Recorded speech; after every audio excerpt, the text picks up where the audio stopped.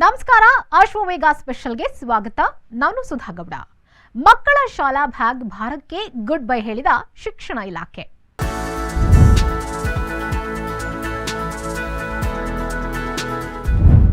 ಹೌದು, 1ರಿಂದ 10ನೇ ತರಗತಿಯ ಮಕ್ಕಳು ಶಾಲೆಗೆ ಹೋಗುವಾಗ ಮಣಭಾರದ ಬ್ಯಾಗ್ಗಳನ್ನು ಹೊತ್ತುಕೊಂಡೇ ಹೋಗ್ತಾರೆ.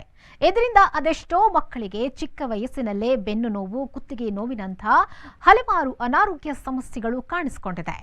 ಆದರೆ ಬೆಳಗ್ಗೆಯಿಂದ ಸಂಜೆವರೆಗೆ ಅಭ್ಯಾಸ ಮಾಡಲೇಬೇಕಾದ ಪಠ್ಯ ಪುಸ್ತಕಗಳ ಜೊತೆಗೆ ಮನೆಗೆ ಬಂದಾಗಲೂ ಹೋಮ್ವರ್ಕ್ ಅಂತ ಒಂದಷ್ಟು ಪುಸ್ತಕಗಳನ್ನು ಪ್ರತಿದಿನ ಶಾಲೆಗೆ ತೆಗೆದುಕೊಂಡು ಹೋಗಬೇಕಾದ ಅನಿವಾರ್ಯತೆಯನ್ನ ಶಾಲಾ ಆಡಳಿತ ಮಂಡಳಿಗಳು ಸೃಷ್ಟಿಸಿಬಿಟ್ಟಿವೆ. ಇದರಿಂದ ಪೋಷಕರು ಕೂಡ ಬೇರೆ ದಾರಿ ಇಲ್ಲದೆ ಶಾಲೆಯಲ್ಲಿ ಕೊಡುವ ದಿನಚರಿಯಂತೆ ಪಠ್ಯ ಪುಸ್ತಕಗಳನ್ನು ಮಕ್ಕಳ ಬ್ಯಾಗ್ಗಳಿಗೆ ತುಂಬಿ ಶಾಲೆಗೆ ಕಳುಹಿಸುತ್ತಾರೆ.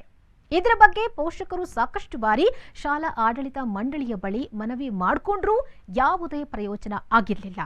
ಈಗ ರಾಜ್ಯ ಸರ್ಕಾರ ಮಕ್ಕಳ ಈ ಭಾರದ ಬ್ಯಾಗ್ ಸಮಸ್ಯೆಗೆ ಮುಕ್ತಿ ಕೊಡೋಕೆ ನಿರ್ಧರಿಸಿದ್ದು, ಮಣಭಾರದ ಶಾಲಾ ಬ್ಯಾಗ್ ತೂಕವನ್ನ ವೈಜ್ಞಾನಿಕವಾಗಿ ಕಡಿಮೆಗೊಳಿಸೋಕೆ ರಾಜ್ಯ ಸರ್ಕಾರ ಕ್ರಮ ಕೈಗೊಂಡಿದೆ.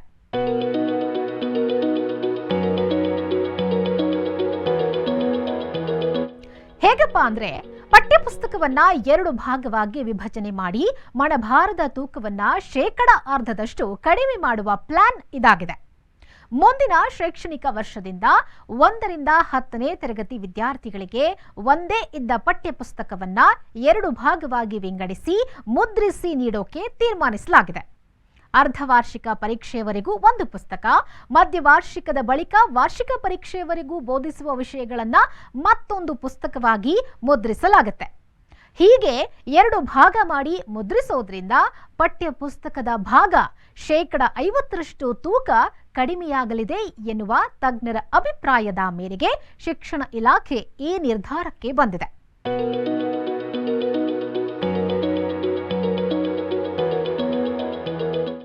ಜೊತೆಗೆ ಶಾಲಾ ಆಡಳಿತ ಮಂಡಳಿಗಳಿಗೆ ಒಂದಷ್ಟು ಕಂಡೀಷನ್ಗಳನ್ನು ಹಾಕಲಾಗಿದೆ.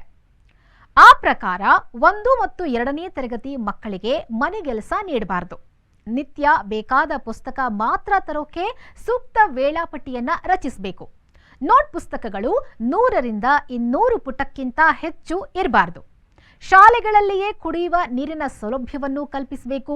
ವಿದ್ಯಾರ್ಥಿಗಳು ಪುಸ್ತಕಗಳನ್ನು ಇಟ್ಟುಕೊಳ್ಳುವುದಕ್ಕೆ ಲಾಕರ್ ಸೌಲಭ್ಯವನ್ನ ಕಲ್ಪಿಸಬೇಕು ಎನ್ನುವ ನಿಯಮಗಳನ್ನು ರೂಪಿಸಿತ್ತು.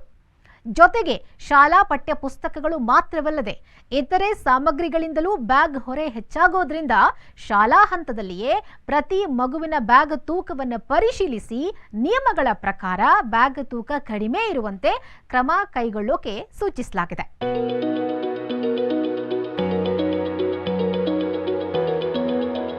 ಇನ್ನು ಪ್ರತಿ ಶಾಲೆಯು ಪ್ರತಿ ವಿಷಯ, ಪಠ್ಯಪುಸ್ತಕ, ನೋಟ್ ಪುಸ್ತಕ ಹಾಗೂ ಕ್ಲಾಸ್ ವರ್ಕ್ ಮಾತ್ರ ಶಾಲಾ ಬ್ಯಾಗ್ನಲ್ಲಿರುವಂತೆ ನೋಡಿಕೊಳ್ಳೋದು. ಉಳಿದಂತೆ ಎಲ್ಲಾ ವಿಷಯಗಳು ಸೇರಿ ಒಂದು ರಫ್ ನೋಟ್ ಪುಸ್ತಕ ಇರುವಂತೆ ನಿಗಾ ವಹಿಸಲು ತಿಳಿಸಲಾಗಿದೆ. ಇನ್ನು 2024-25ನೇ ಸಾಲಿನಿಂದ ಪಠ್ಯಪುಸ್ತಕಗಳನ್ನ ಸಂಕಲನಾತ್ಮಕ ಮೌಲ್ಯಮಾಪನ ರೀತಿಯಲ್ಲಿ SA1 ಮತ್ತು SA2 ಈ ರೀತಿಯಾಗಿ ವಿಂಗಡಿಸಿ ಪಠ್ಯ ಪುಸ್ತಕಗಳನ್ನು ಮುದ್ರಿಸಿ ಸರಬರಾಜು ಮಾಡುವಂತೆ ಕರ್ನಾಟಕ ಪಠ್ಯಪುಸ್ತಕ ವ್ಯವಸ್ಥಾಪಕ ನಿರ್ದೇಶಕರು ಆದೇಶವನ್ನ ಹೊರಡಿಸಿದ್ದಾರೆ. ಪಠ್ಯಪುಸ್ತಕಗಳ ತೂಕವನ್ನು ಕಡಿಮೆ ಮಾಡಲು 2023 ಅಕ್ಟೋಬರ್ 6ರಂದು ಶಾಲಾ ಶಿಕ್ಷಣ ಇಲಾಖೆ ಆಯುಕ್ತರ ನೇತೃತ್ವದಲ್ಲಿ ನಡೆದ ಸಭೆಯಲ್ಲಿ ಸಾಧಕ ಬಾಧಕಗಳನ್ನು ಚರ್ಚಿಸಲಾಗಿತ್ತು.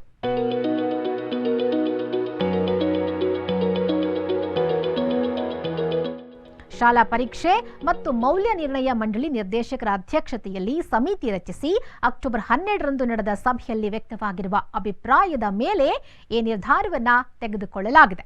ಇನ್ನು ಮುಂದೆ ಮಕ್ಕಳಿಗೆ ಈ ಮಣಭಾರದ ಬ್ಯಾಗ್ ಟೆನ್ಷನ್ ಇರೋದಿಲ್ಲ. ಇದಾಗಿತ್ತು ಈ ಹೊತ್ತಿನ ಅಶ್ವವೇಗ ಸ್ಪೆಷಲ್. ನಮಸ್ಕಾರ.